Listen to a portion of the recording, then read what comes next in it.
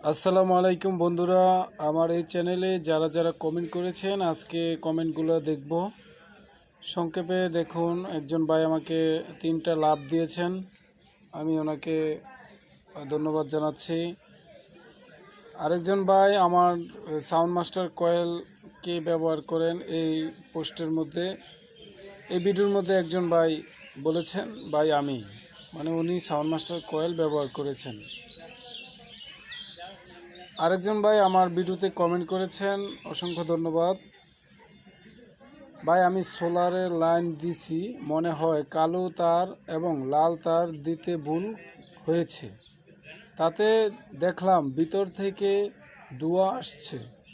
খুলে দেখি সোলারের লাইনের কালো তারটা জ্বলে গেছে।